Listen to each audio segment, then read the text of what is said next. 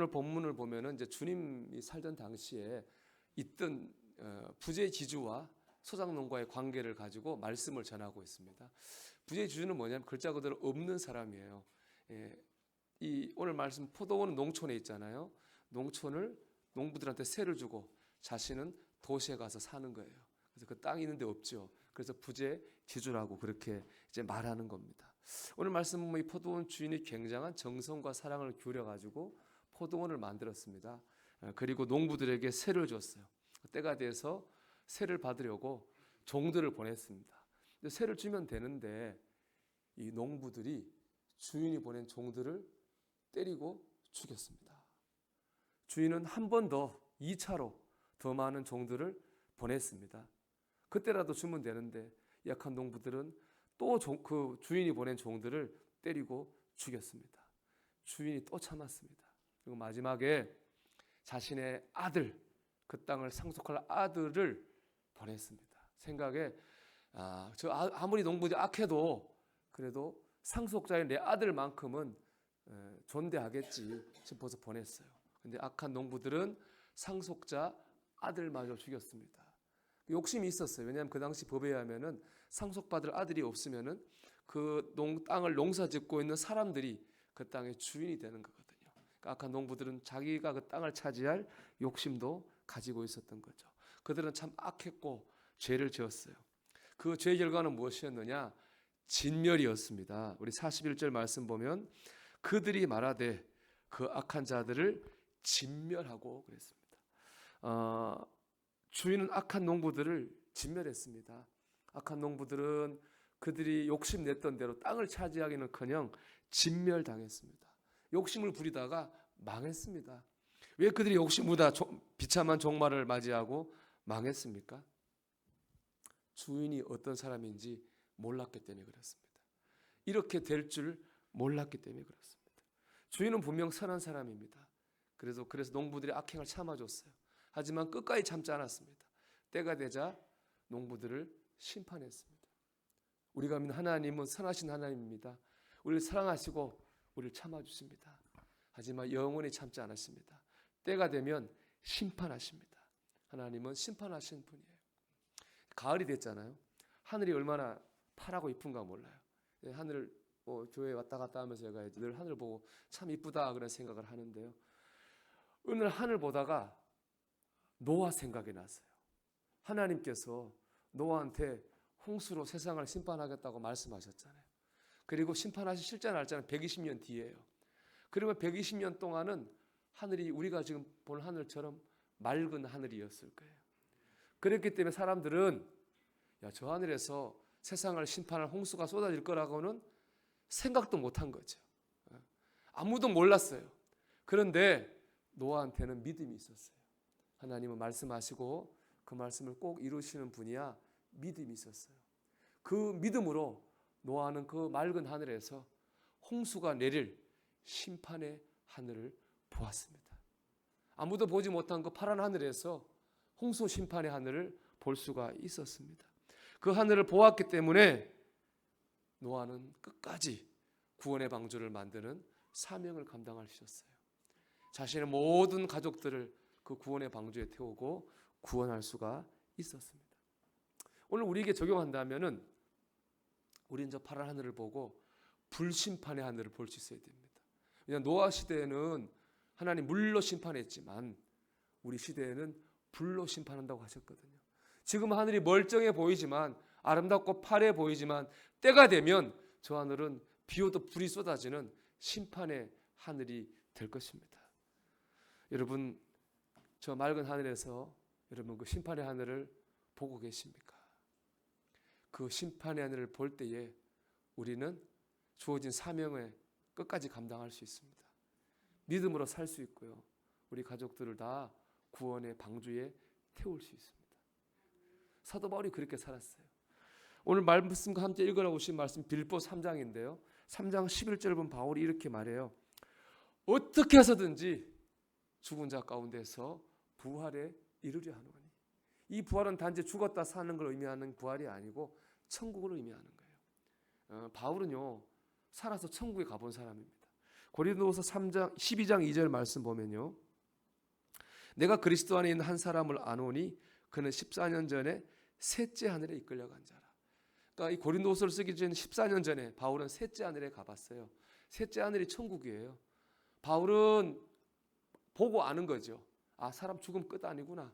지옥도 있고 천국도 있구나 본 거예요.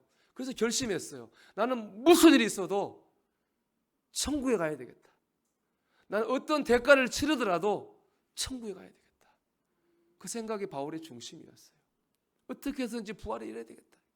그런 생각 가졌기 때문에 바울은 사명을 마지막까지 감당할 수가 있었습니다. 하나님, 다른 사람을 구원하는 하나님의 일을 할 수가 있었습니다. 하나님은 여러분 심판하시는 분입니다. 때가 되면 심판하십니다. 프랑스 사람들이 제일 존경하는 현대 철학자가 사르트르죠.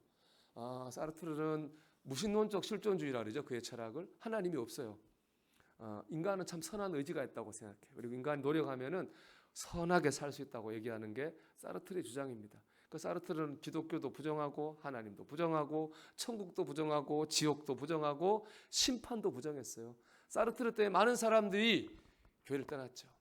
근데 사르트르가 마지막에 폐수종이라는 병이 걸렸습니다. 의사가 이제 얼마 못 산다고 했습니다. 그때부터 사르트르가 난동을 부리기 시작하는 거예요. 물건 다 집어 던지고 의사 욕하고 간호사 욕하고 난동을 부리기 시작했어요. 그 난동을 임종 때까지 부렸습니다. 그걸 본 의사와 간호사는 충격을 받았어요. 선한 의지가 있고 노력하면 선하게 될 수 있어. 늘 사르트르가 했던 말을 생각하면 다른 사람은 몰라도 사르트르는 좀 담담하게, 좀 담대하게 죽음을 맞이할 거다. 그런 생각을 한 거죠. 근데 그들의 생각과 달리 오히려 남보다 더 못하게 저렇게 죽음을 두려워하고 난동을 부리니까 그걸 본 의사와 간호사들이 좀 충격을 받았습니다. 그래도 그 프랑스가 사랑하는 철학자의 명예를 지켜주기 위해 그 사실을 숨겼대요. 근데 나중에 알려지게 된 거죠. 사람들도 다 충격을 받았습니다. 프랑스 한 신문에서 이렇게 썼어요. 심판 하나님을 만날 사실이 사르트르를 공포로 몰아넣어 그로 죽음을 그토록 거부하게 했다. 그렇게 말했다고. 여러분 그때 가서 하나님이 이런 분인 줄 몰랐다고 소용없습니다. 이런 일이 있을 줄 몰랐다고 그때 말해봤자 소용없습니다. 지금 알아야 됩니다. 지금 믿어야 됩니다. 지금 저 파란 하늘에서 심판의 하늘을 볼 수 있어야 됩니다. 여러분 우리가 오늘을 그런 믿음으로 살아야 됩니다. 그게 끼어있는 믿음이죠. 이 끼어있는 믿음은요, 먼저 하나님의 주인이심을 인정하는 믿음이에요. 오늘 포도원의 주인은 누가의 주인이? 농사지은 농부가 주인이 아니에요. 그 포도원을 만든 사람이 주인이에요. 그렇죠? 저 하늘 누가 주인이에요? 하나님 주인이죠.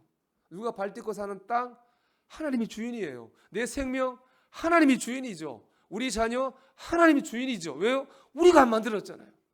다만 사용하고 있을 뿐이지. 우리가 만든 건 아니거든요. 우리 주인이 아니에요. 우리가 이거를 인정해야 되는 거예요. 악한 농부는 이걸 인정하지 않았습니다. 자신이 주인이 되겠다고 말도 안 되는 욕심을 부린 거예요. 그것 때문에 그들이 결국에 망한 것입니다. 여러분, 하나님 주인입니다. 하나님 주인 되심을 인정해야 됩니다. 그걸 인정한다면 뭐 해야 됩니까? 오늘 말씀으로 보면 세를 내야죠. 약한 농부들의 문제는 세를 안 낸 거잖아요. 주인으로 인정한다면 주인에게 사용료를 내야 되는 거예요. 우리도 마찬가지입니다. 포도원 주인이 포도원을 잘 만들어서 농부들 농사 짓게 한 것처럼 하나님 우리를 만드시고 예수님께서 우리를 위해 십자가에 죽으시며 우리를 구원하는 은혜를 베푸셨어요. 우리가 그 은혜에 합당한 세를 내야 되는 거예요. 감사해야죠. 주님 감사합니다. 오늘 참 제가 이 말씀 묵상하면서 그 말 우리가 자주 쓰는 말 있죠. 합당한 찬양과 합당한 감사와 합당한 영광과 합당한 존귀를 하나님께 올려드립니다. 그 말이 참 마음이 와닿더라고요. 합당한 감사.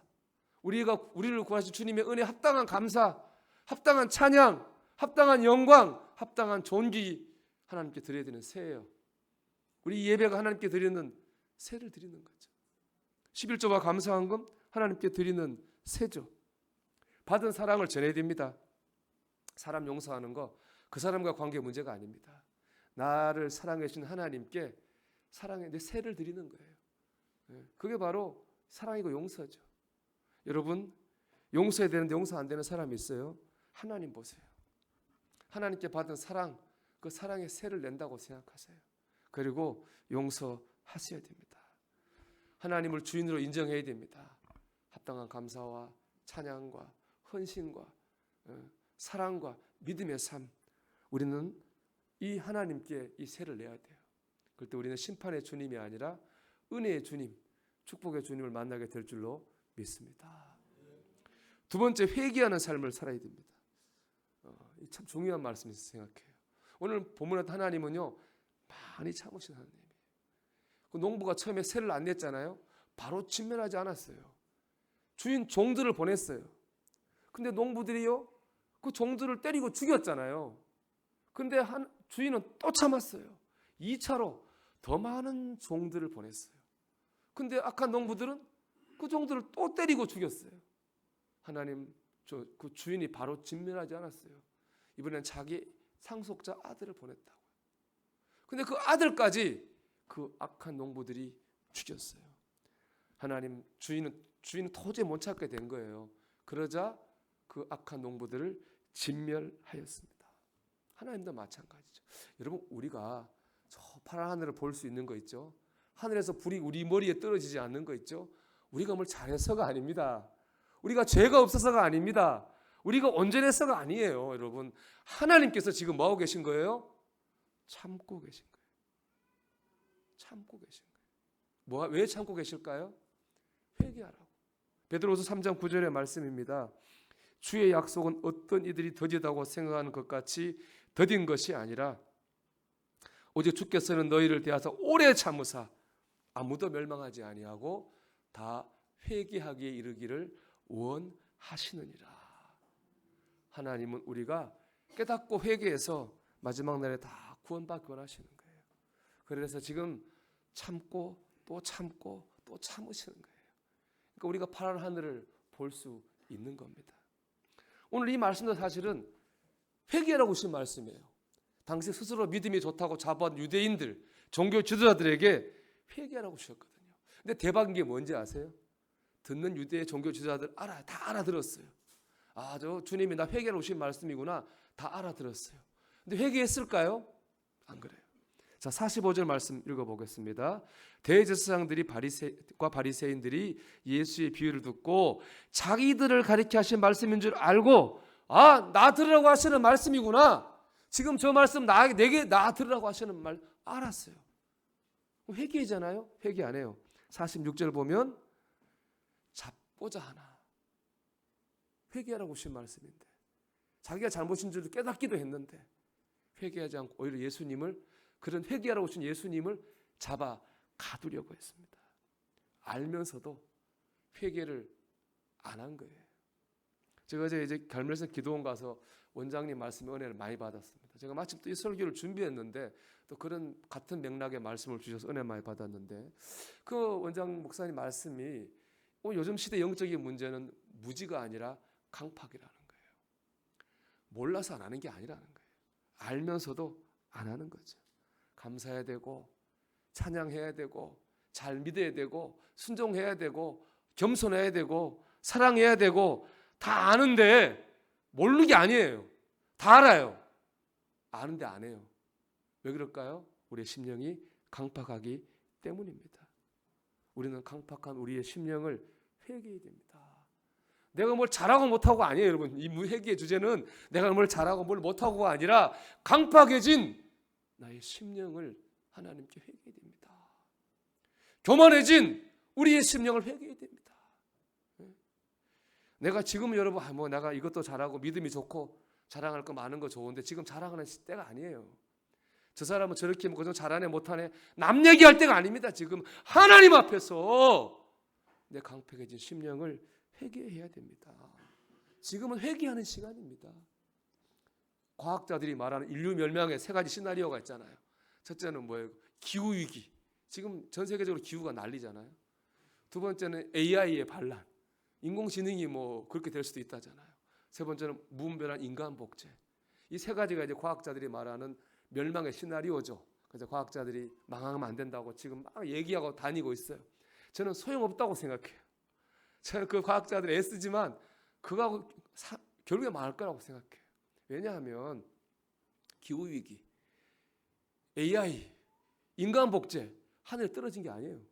다 인간들이 만든 거예요. 그렇잖아요.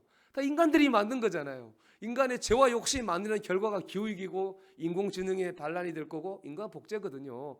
이거 뭐 몰라서 안 하는 게 아니에요. 죄라고 하는 건요, 몰라서 안 하는 게 아니라 알아도 그 죄의 욕망이라는 건 이길 수 없어요.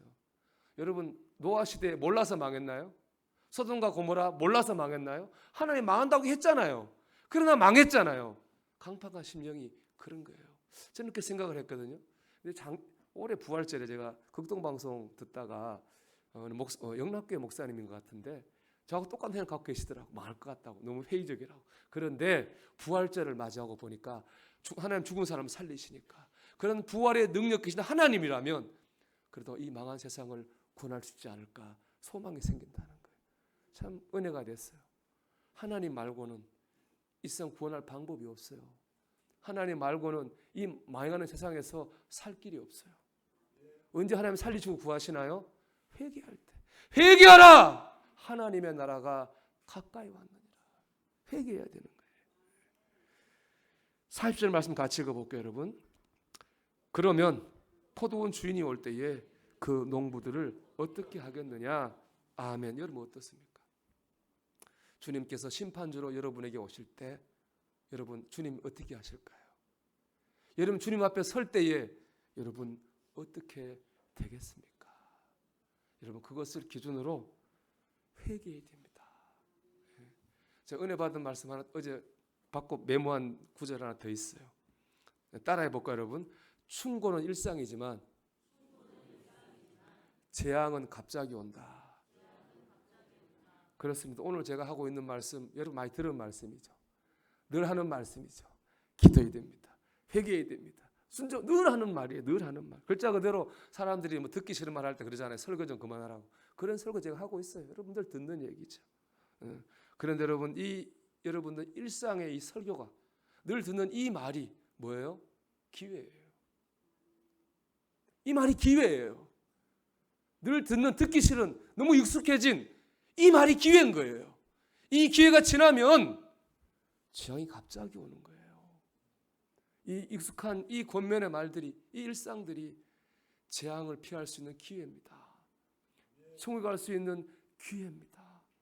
여러분 이 기회를 잡으셔야 됩니다. 기도하십시오. 순종하십시오. 감사하십시오. 나를 죽이십시오. 회개하십시오. 지옥까지 않는 이 기회, 천국 가는 기회를 잡으십시오. 그렇게 회개할 때 천국이 임하는 거예요. 제가 수요예배 때 여호수아하고 있잖아요. 한 간증이 하나 있어요. 1년에 제가 첫 해는 신년 축복 신방을 하잖아요. 집집마다 다니면서 축복을 해요. 건강하시기 바랍니다. 가정이 화목하기를 바랍니다. 돈도 많이 벌기 바랍니다. 축복을 하잖아요. 축복하는 시간인데. 근데 제가 이제 그 전에 있던 교회에서 신년 축복 신방을 하는데 한 권사님 가정이 그분이 그 말씀을 뽑으셨는지 왜 그런지 모르겠는데 여호수아 7장을 말씀 가지고 신방을 했어요. 여호수아 7장이 뭐냐면 아간이라는 사람이 하나님께 바쳐진 재물을 훔쳐가지고 벌받고 불에 타 죽었어요. 거기 축복의 메시지가 있을까요? 제가 아무리 생각해봐도 거기 축복의 메시지는 없어요. 그렇다고 집에 1년에 한 번가 축복하는 건데 불에 타 죽었다고 말할 수는 없잖아요. 어떻게 하면 좋을까 생각을 많이 해봤어요. 설교 본문을 바꿀까? 뭐 그런 생각도 해봤어요.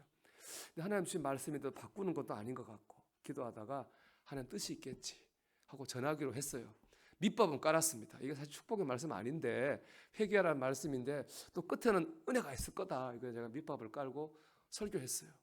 듣는 권사님 표정이 당황을 했어요. 좀. 그 옆에 남편 집사님 믿음이 별로 안 좋은데 표정이 안 좋아요.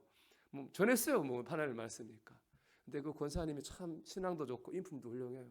그걸 그냥 기분 안 나쁘게 안 받아들이고 그걸 통해서 하나님과 관계를 점검한 거예요. 그리고 끊어질 거 끊은 거죠. 정리한 거 있어요. 그의 그 가정 복이 임했어요. 그분이 제일 큰 기도는 뭐냐? 장가 가는 큰아들 장가 가는 거예요. 37, 8 됐는데 장가를 안 가, 얘가. 속은 게 안 썩이 장가를 안 가요. 근데 늘 기도 제목이었어요. 근데 그애 갑자기 장가를 갔어요. 그것도 예수 잘 믿는 처자를 만나가지고 장가를 갔어요. 그 권사님 심령에 천국이 임했어요. 그 가정에 천국이 임했어요. 여러분, 천국은 죽어서 가는 곳만 아니에요. 천국의 원래 의미는 뭐냐? 킹덤 오브 갓, 하나님 왕국이에요. 하나님 왕 되는 게 천국이에요. 하나님 왕이 되셔서 다스리시면 거기가 천국이에요. 하나님이 왕으로 우리에게 임하시면 우리 심령이 천국이 되는 거예요. 평안과 기쁨이 넘치는 거죠. 하나님 왕으로 우리 가정에 임하시면 우리 가정이 천국이 되어서 화목한 가정이 되는 거예요. 우리의 직장과 사업장, 하나님이 왕으로 임하시면, 천국으로 임하시면 거기에 문제 기록사가 나타나는 것입니다. 언제 천국이 임합니까? 회개하라. 하나님의 나라가 가까이 왔느니라. 회개할 때 병이 낫는 거예요. 회개할 때 기도가 응답받습니다. 회개할 때 문제가 해결되는 겁니다. 그럼 우리는 신앙생활의 초점을 회개하는 일에 맞춰야 돼요. 천국이 올 때까지 이 시간은 회개의 시간입니다. 여러분, 믿음으로 심판의 때를 바라보기를 바랍니다. 파란 하늘 아름답다고 하지 말고 그 하늘이 언젠가 불심판의 하늘로 변할 거라고 하는 것을 볼 수 있기를 바랍니다. 그래서 오늘 주님을 주인으로 인정하고 그렇게 믿음으로 살지 못하는 나를 회개하십시오. 천국이 여러분의 삶 가운데에 임하게 될 줄 믿습니다. 이 한 주간 그 천국을 향해 나아가는 저와 여러분이 되기를 주의 이름으로 축원합니다.